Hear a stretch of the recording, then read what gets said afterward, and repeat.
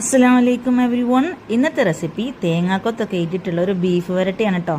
അതായത് ഒരു 4 kilo beef എടുത്തിട്ട് നമ്മളിത് അടുപ്പത്ത് പാകം ചെയ്തെടുക്കുകയാണ് നല്ല ഉരുളിയിൽ. അതിനായി 2 കൈപ്പിടിയോളം വെളുത്തുള്ളി ഇഞ്ചിയും ഞാൻ എടുത്തിട്ടുണ്ട്. അത് മിക്സിയിൽ ചതച്ചെടുത്തിട്ടുണ്ട്. ഇത് 4 കിലോ ബീഫ് ചെറുതായി അരിഞ്ഞ് നന്നായിട്ട് കഴുകിയിട്ട് ഉരുളിയിലിട്ടു. ചതച്ച് വെച്ച ഇഞ്ചിയും വെളുത്തുള്ളിയും ചേർത്തു. 3 ടീസ്പൂൺ മഞ്ഞൾപ്പൊടി ചേർത്ത് കൊടുക്കാം. 4 ടീസ്പൂൺ മുളകും പൊടി ചേർത്ത് കൊടുക്കാം. ഉപ്പ് ആവശ്യത്തിന് ചേർത്ത് കൊടുക്കാം.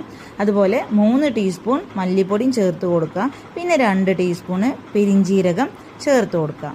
ഇവിടെ ഉലുവ അതുപോലെ ചെറിയുള്ളിയോ സവാളയോ ഒന്നും ചേർത്ത് കൊടുക്കുന്നില്ല. നന്നായിട്ട് വെളിച്ചെണ്ണ തൂവി കൊടുക്കാം. പിന്നെ 2 തണ്ട് കറിവേപ്പില ഇട്ട് കൊടുക്കാം.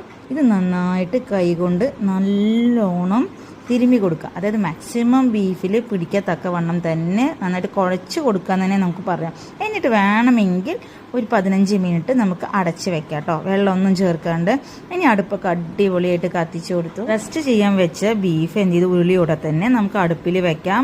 ആവശ്യത്തിന് വെള്ളം, ചൂടുവെള്ളം ആണ് നല്ലത്, ചെറു ചൂടുവെള്ളം അത് ചേർത്ത് കൊടുത്ത് നന്നായിട്ട് ഇളക്കി കൊടുത്തു. ഇനി നമുക്ക് അടച്ച് വെക്കാം. അടുപ്പിൽ ബീഫ് വേവിക്കുന്നവർക്ക് അറിയാം നല്ല സമയമെടുക്കും. അടുപ്പിലാണ് നമ്മൾ വെക്കുന്നതെന്നുണ്ടെങ്കിൽ ഇത് ഏകദേശം ഒരു 4 കിലോ ബീഫ് ഉണ്ട് കേട്ടോ.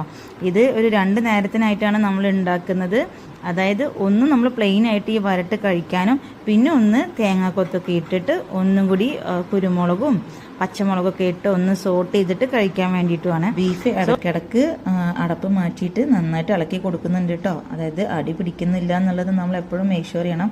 അടി കട്ടിയുള്ള പാത്രം ആയതുകൊണ്ട് അങ്ങനെ അടി പിടിക്കാറില്ല. വെള്ളം അത്രയും വറ്റിയാലേ അടി പിടിക്കുള്ളൂ. ഇപ്പം ഞാൻ കുറച്ചുകൂടി വെള്ളം ചേർത്തു, കാരണം ബീഫ് വെന്തിരുന്നില്ല.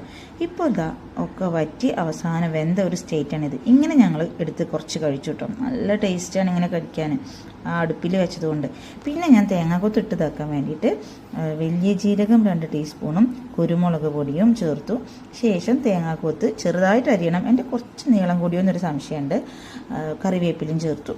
ഇവ നന്നായിട്ട് വറുത്തെടുത്ത് ഇതിലോട്ട് പച്ചമുളകും ചേർക്കുന്നുണ്ട് കേട്ടോ. 2 എണ്ണം നന്നായിട്ട് ഇളക്കി കൊടുക്കുക. ശേഷം ഇവയെല്ലാം ഒന്ന് കുക്കായാൽ ബീഫ് ഇതായിട്ട് കൊടുത്തിട്ടുണ്ട്. ഇങ്ങനെ തേങ്ങാക്കൊത്ത് ഉണ്ടാക്കുന്നത് നെക്സ്റ്റ് ഡേ ആണ്.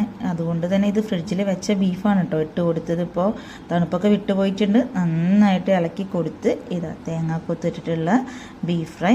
ഇത് അതായത് 4 കിലോ ബീഫ് വെച്ചിട്ടുണ്ടെങ്കിലും അതിൻ്റെ ഒരു 1/4 പോർഷൻ അല്ലെങ്കിൽ 2/3 പോർഷൻ മാത്രമാണ് കേട്ടോ ഇത്. ഇത്രയും സിമ്പിളായിട്ട് നിങ്ങൾ ബീഫ് ഫ്രൈ ഉണ്ടാക്കാറുണ്ടോ എന്ന് എനിക്കറിയില്ല. ഇത് ഒന്നുകൂടി ഡ്രൈ റോസ്റ്റ് ചെയ്താൽ ഇതാ ഈ ഒരു സ്റ്റേറ്റിലെത്തി. ഭയങ്കര ടേസ്റ്റാണ് കഴിക്കാൻ. നിങ്ങൾ എന്തായാലും ട്രൈ ചെയ്യണം ഈ ഒരു റെസിപ്പി. ഈ വീഡിയോ നിങ്ങൾക്ക് ഇഷ്ടമായിട്ടുണ്ടെങ്കിൽ ലൈക്ക് ചെയ്യുക, കമൻറ്റ് ചെയ്യുക, ഈ ചാനൽ സബ്സ്ക്രൈബ് ചെയ്യുക. Bye bye.